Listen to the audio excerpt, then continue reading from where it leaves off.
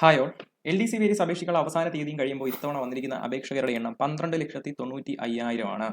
കഴിഞ്ഞ തവണത്തേക്കാൾ 4,62,000 അപേക്ഷകൾ എന്ത് ചെയ്തിട്ടുണ്ട്? ഇത്തവണ കുറഞ്ഞിട്ടുണ്ട്. നമുക്ക് ഓരോ ജില്ലയിലും എത്രത്തോളം ആപ്ലിക്കേഷൻസ് ഉണ്ട് എന്ന് പരിശോധിക്കാം. ഇന്നത്തെ വീഡിയോയിൽ നമ്മൾ ഡിസ്കസ് ചെയ്യാൻ പോകുന്ന ഒരു ക്വസ്റ്റ്യൻ ആണ് നിങ്ങളുടെ മുമ്പിൽ ഇപ്പോൾ ഉള്ളത്. Even you hard work, why can you achieve the target? നിങ്ങൾ ഒരുപാട് ഹാർഡ് വർക്ക് ചെയ്യുന്നുണ്ട്, നിങ്ങൾ ഒത്തിരി മികച്ച രീതിയിൽ പ്രിപ്പയർ ചെയ്യുന്നുണ്ട്, ഒരുപാട് ക്ലാസ് കേൾക്കുന്നുണ്ട്, ഒത്തിരി നോട്ട്സ് എഴുതുന്നുണ്ട്, പ്രീവിയസ് ക്വസ്റ്റ്യൻസ് റെഫർ ചെയ്യുന്നുണ്ട്, എന്നിട്ട് പോലും നിങ്ങൾക്ക് ടാർഗറ്റ് അച്ചീവ് ചെയ്യാൻ കഴിയുന്നില്ല. എന്തുകൊണ്ടാണ്? What's the reason behind this? ഇതാണ് ഇന്നത്തെ വീഡിയോ നമ്മൾ ഡിസ്കസ് ചെയ്യാൻ പോകുന്നത്. അതിന് മുമ്പ് നമുക്ക് ഇത്തവണ ജില്ലാ വൈസ് എത്രത്തോളം ആപ്ലിക്കേഷൻസ് ഉണ്ട് എന്ന് പരിശോധിക്കാം. ഓക്കെ, നമുക്ക് നോക്കിക്കഴിഞ്ഞാൽ കഴിഞ്ഞ തവണത്തെ അപേക്ഷിച്ച് തിരുവനന്തപുരം ജില്ലയിൽ എന്താണ് 1,70,70,000 അപേക്ഷകൾ വന്നിരിക്കുന്നത്. കഴിഞ്ഞ തവണ എത്രയായിരുന്നു? 1,98,000 അപേക്ഷകളുണ്ട്. ജില്ലയിൽ കഴിഞ്ഞ തവണ 1,34,000 പേര് അപേക്ഷിച്ചപ്പോൾ ഇത്തവണ ആകെ 1,07,000 പേര് അപേക്ഷിച്ചുള്ളൂ. പത്തനംതിട്ടയിൽ 83,000 അപേക്ഷിച്ചപ്പോൾ ഇത്തവണ 49,000 അപേക്ഷിച്ചുള്ളൂ. ആലപ്പുഴയിൽ 1,00,000 പേര് കഴിഞ്ഞ തവണ അപേക്ഷിച്ചു, ഇത്തവണ 84,000. കോട്ടയത്ത് ഇത്തവണ 60,000 ഉള്ളൂ. കഴിഞ്ഞ 1,00,000 ആപ്ലിക്കേഷൻ ഉണ്ടായിരുന്ന ജില്ലയാണത് കോട്ടയം എന്ന് പറയും. അതുപോലെ ഇടുക്കി നോക്കിക്കഴിഞ്ഞാൽ 45,000 അപേക്ഷകളേ ഉള്ളൂ. കഴിഞ്ഞ 63,000. എറണാകുളം നോക്കിക്കഴിഞ്ഞാൽ 1,76,000 ആയിരുന്നു കഴിഞ്ഞ ഇത്തവണ 1,12,000 ആണ്. തൃശ്ശൂർ 98,000 ഉള്ളൂ. കഴിഞ്ഞ 1,00,000 അപേക്ഷകൾ പോയ ജില്ലയാണ് തൃശ്ശൂർ എന്ന് പറയുന്നത്. ഇനി പാലക്കാട് നോക്കിക്കഴിഞ്ഞാൽ 1,51,000 ആയിരുന്നു കഴിഞ്ഞ ഇത്തവണ 1,12,000. മലപ്പുറം 1,40,000 ഉണ്ട്. കോഴിക്കോട് എന്നാണ് 1,32,000 ഉണ്ട്. അതുപോലെ കഴിഞ്ഞ എത്രയായിരുന്നു? 1,62,000. ഇനി വയനാട് നോക്കിക്കഴിഞ്ഞാൽ 40,000 ആണ്. കണ്ണൂർ 88,000. കാസർഗോഡ് 48,000 ആണ്. ആകെ മൊത്തം അപേക്ഷകളുടെ എണ്ണം എന്ന് പറയുന്നത് 12,90,546 അപേക്ഷകളാണ്. ഓക്കെ, സോ ഇതാണ് ഇത്തവണത്തെ അപേക്ഷകരുടെ ഒരു എണ്ണം എന്ന് പറയുന്നത് ജില്ലാ വൈസ്. ഇനി നമുക്ക് ഇതിനൊരു കാരണം ആയിട്ട് പറയുന്നത് പറഞ്ഞു കഴിഞ്ഞാൽ, ഇപ്പോൾ ഇത്തവണത്തെ നിയമനങ്ങൾ നമ്മൾ നോക്കിക്കഴിഞ്ഞാൽ നിയമനങ്ങൾ വളരെ കുറവാണ്. സോ ഇത് അപേക്ഷകരുടെ എണ്ണത്തിൽ വളരെ വലിയൊരു മാറ്റം ഉണ്ടാക്കി എന്നാണ് വിലയിരുത്തുന്നത്. സോ അതെന്തോ ആകട്ടെ, നമുക്ക് നമ്മുടെ ടാർഗറ്റ് അച്ചീവ് ചെയ്യാൻ എന്താണ് ചെയ്യേണ്ടത് എന്ന് നമുക്ക് പരിശോധിക്കാം. ഓക്കെ, അതിനുവേണ്ടി നമ്മൾ ആദ്യം മനസ്സിലാക്കേണ്ടത് എക്സാമിനെ എങ്ങനെ ഡീൽ ചെയ്യണമെന്നാണ്. ഇപ്പോൾ പല ഉദ്യോഗാർത്ഥികളും ഫേസ് ചെയ്യുന്ന ഒരു പ്രശ്നം എന്ന് വെച്ച് കഴിഞ്ഞാൽ അവരെപ്പോഴും എക്സാമിന്റെ റിസൾട്ടിൽ ഫോക്കസ് ആണ്. ഇപ്പോൾ ഞാൻ പഠിക്കുന്ന സമയത്ത്, ഞാൻ LDC വേണ്ടി പ്രിപ്പയർ ചെയ്യുന്ന സമയത്തും ഇതേ ഒരു അവസ്ഥയായിരുന്നു ഉണ്ടായിരുന്നത്. അതായത് ഏത് ജില്ലയിൽ തുടങ്ങും ആ ഒരു ടെൻഷൻ എന്ന് പറയുന്നത്. ഏത് ജില്ലയിൽ കൂടുതൽ കട്ട് ഓഫ് കുറവായിരിക്കും, ഏത് ജില്ലയിൽ അപേക്ഷകളുടെ എണ്ണം കുറവായിരിക്കും, കോമ്പറ്റീഷൻ ഇവിടെ കുറയും. ഇനി മാത്രമല്ല എക്സാമിനെ സംബന്ധിച്ചിടത്തോളം കട്ട് ഓഫ് എത്ര വരും, 80 കിടക്കുമോ, 70 കിടക്കുമോ, 90 കിടക്കുമോ, ആ രീതിയിലുള്ള ചിന്തകളായിരുന്നു. പക്ഷേ നമുക്കറിയാം റിസൾട്ട് വന്നപ്പോൾ 50, 60 റേഞ്ചിലായിരുന്നു ഓരോ ജില്ലയിലെ കട്ട് ഓഫ് എന്ന് പറയുന്നത്. അതിൽ നിന്ന് നമുക്ക് മനസ്സിലാക്കാവുന്ന ഒരു കാര്യം എന്ന് പറഞ്ഞാൽ റിസൾട്ടിനെ പറ്റി ആലോചിക്കുന്നതിൽ ഒരു കാര്യമില്ല. കഴിഞ്ഞ തവണ ഈ ജില്ലാ വൈസ് കോമ്പറ്റീഷനെ ഒത്തിരി ചർച്ച ചെയ്ത വിഷയമാണ്. എന്നിട്ട് പോലും നമുക്ക് കാണാൻ കഴിയുന്ന തിരുവനന്തപുരം പോലുള്ള ജില്ലകളിൽ 52 മാർക്കേ കട്ട് ഓഫ് ഉണ്ടായിരുന്നുള്ളത് കാണാൻ കഴിയും. അതേസമയം മറ്റ് ജില്ലകളിൽ ഇപ്പോൾ പാലക്കാട് എന്നൊക്കെ പറഞ്ഞ ജില്ലകളിലൊക്കെ കൂടുതലായിരുന്നു ആ കട്ട് ഓഫ് റേഞ്ച് എന്ന് പറയുന്നത്. അപ്പോൾ പ്രതീക്ഷിക്കാത്ത രീതിയിൽ റിസൾട്ടുകൾ കട്ടപ്പോൾ മാറുന്നതായിരിക്കും പരീക്ഷയിൽ കാണുക. അതുകൊണ്ട് ഇത് നമുക്ക് മനസ്സിലാക്കേണ്ട ഒരു കാര്യം എന്ന് പറഞ്ഞാൽ thinking about result never gives you result. നമുക്കപ്പോൾ ഇമ്പോർട്ടൻ്റ് ആയിട്ടുള്ള കാര്യം എന്താണ്? ചെറിയ സ്റ്റെപ്പുകൾ എടുക്കുക ലൈഫിൽ, അല്ലെങ്കിൽ ടാർഗറ്റ് ചെയ്യാനുള്ള ചെറിയ സ്റ്റെപ്പുകൾ എടുക്കുക. അതായത് എന്താണ് നമുക്ക് എന്ത് ചെയ്യാൻ കഴിയും, നമ്മളെ കൊണ്ട് എങ്ങനെ അത് ചെയ്യാൻ കഴിയും, നമുക്ക് എത്രത്തോളം ഈ ചെയ്യുന്ന കാര്യത്തിൽ കൂടുതൽ എക്സ്ട്രാ എഫോർട്ട് എടുത്ത് മികച്ച രീതിയിലാക്കാൻ കഴിയും, അത്തരത്തിലുള്ള നമുക്ക് എന്ത് ചെയ്യാൻ കഴിയുമോ ആ കാര്യത്തിൽ ഫോക്കസ് ചെയ്യാം. ഇപ്പോൾ LDC പഠനത്തെ സംബന്ധിച്ചിടത്തോളം ഇത് തന്നെയാണ് എനിക്ക് പറയാനുള്ളത്. ഇപ്പോൾ എല്ലാവർക്കും സിലബസ് കവർ ചെയ്യണമെന്നാണ് ആഗ്രഹം. പക്ഷേ ഇത് ഒറ്റയടിക്ക് ഒരു ദിവസം കൊണ്ട് കവർ ചെയ്യുന്ന കാര്യമല്ല സിലബസ് എന്ന് പറയുന്നത്. അതുകൊണ്ട് നമ്മൾ ചെറിയ ചെറിയ സ്റ്റെപ്പുകൾ എടുത്ത് മുന്നോട്ട് നീങ്ങുക എന്നുള്ളതാണ്.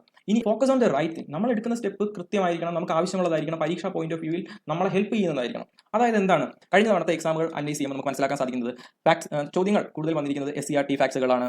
ഒപ്പം തന്നെ പ്രീവിയസ് ക്വസ്റ്റ്യൻസ്, നമ്മൾ ഇംഗ്ലീഷ്, മലയാളം, മാത്സ് പോലുള്ള സബ്ജക്ട്സിൽ പ്രീവിയസ് ക്വസ്റ്റ്യൻസ്, അത് ഇൻക്ലൂഡിംഗ് ഡിഗ്രി ലെവൽ ക്വസ്റ്റ്യൻസ് പോലും പ്രാക്ടീസ് ചെയ്യണം എന്നുള്ള കാര്യം നമുക്ക് മനസ്സിലായ കാര്യമാണ്. കഴിഞ്ഞ LDC വേരിയസിന്റെ ക്വസ്റ്റ്യൻ പേപ്പർ നിങ്ങൾ എടുത്ത് നോക്കും, നിങ്ങൾക്ക് ഇതേ ഫാക്ട് മനസ്സിലാക്കാൻ സാധിക്കും. SCRT ഫാക്സുകളുടെ ഒരു അതിപ്രസരം നമുക്ക് GK സെക്ഷനിലും പ്രീവിയസ് ക്വസ്റ്റ്യൻസിന്റെയും അത് ഡിഗ്രി ലെവൽ പരീക്ഷകളുടെ പോലും ക്വസ്റ്റ്യൻസിനോട് കിടപിടിക്കാൻ കഴിയുന്ന രീതിയിലുള്ള ക്വസ്റ്റ്യൻസ് ആയിരുന്നു ഇംഗ്ലീഷ്, മാത്സ് തുടങ്ങിയ ഭാഗങ്ങളിൽ നിന്ന് വന്നിരിക്കുന്നത്. അപ്പോൾ ആ രീതിയിൽ നമ്മൾ കൃത്യമായ രീതിയിൽ എക്സാമിനെ സമീപിച്ചു കഴിഞ്ഞാൽ നമുക്ക് നല്ല റിസൾട്ട് ഉണ്ടാക്കാൻ കഴിയും.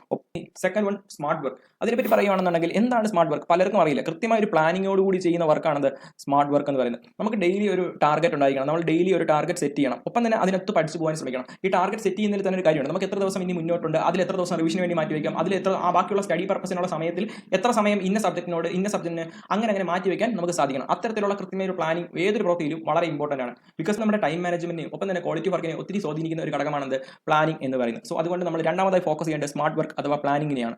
ഇനി മൂന്നാമത്തെ കാര്യം, മെയിൻറ്റെയിൻ മൊമെന്റം. നമുക്കറിയാം ഇപ്പോൾ നമുക്ക് ആപ്ലിക്കേഷൻ അപേക്ഷിച്ചു ഈ ഒരു സമയമൊക്കെ വളരെ മൊമെന്റം കൂടിയ ഒരു മൊമെന്റാണ്. പക്ഷേ ഈ ഒരു മൊമെന്റം പരീക്ഷ ഓരോ മാസം കഴിയുന്നതോറും ആളുകൾക്ക് ഉണ്ടാവണമെന്ന് ഇല്ല. ബിക്കോസ് നമുക്ക് ആ ഒരു മൊമെന്റം കുറയുന്നതായിട്ട് കാണാൻ കഴിയും. ബിക്കോസ് നമ്മൾ പഠിക്കുന്ന കാര്യങ്ങൾ മറന്നു പോകുന്നു, അല്ലെങ്കിൽ പഠിച്ചതൊന്നും പരീക്ഷയ്ക്ക് മോഡൽ എക്സാംസ് എഴുതി നമുക്ക് കിട്ടുന്നില്ല. അത്തരത്തിലുള്ള നെഗറ്റീവ് തോട്ട്സുകൾ നമ്മുടെ മൊമെന്റത്തെ, ഒപ്പം തന്നെ കോമ്പറ്റീഷനെ കുറിച്ചുള്ള പേടി, റിസൾട്ടിനെ കുറിച്ചുള്ള പേടി, കട്ട് ഓഫിനെ കുറിച്ചുള്ള പേടി, ഇത്തരത്തിൽ നിയമന നിലകളെ കുറിച്ചുള്ള പേടി. അപ്പോൾ ഈ പേടികൾ എന്ത് ചെയ്യുന്നു, നിങ്ങളുടെ മൊമെന്റം കുറയ്ക്കാനുള്ള സാധ്യതകളുണ്ട്. അപ്പോൾ അതിനെ മറികടന്ന് നമ്മൾ ഡെയിലി നമ്മുടെ പ്ലാനിനനുസരിച്ച് മൂവ് ചെയ്യുക, നമ്മുടെ റൈറ്റ് ആയിട്ടുള്ള തിങ് ഫോക്കസ് ചെയ്യുക എന്നുള്ളത് വളരെ ഇമ്പോർട്ടൻ്റ് ആണ്.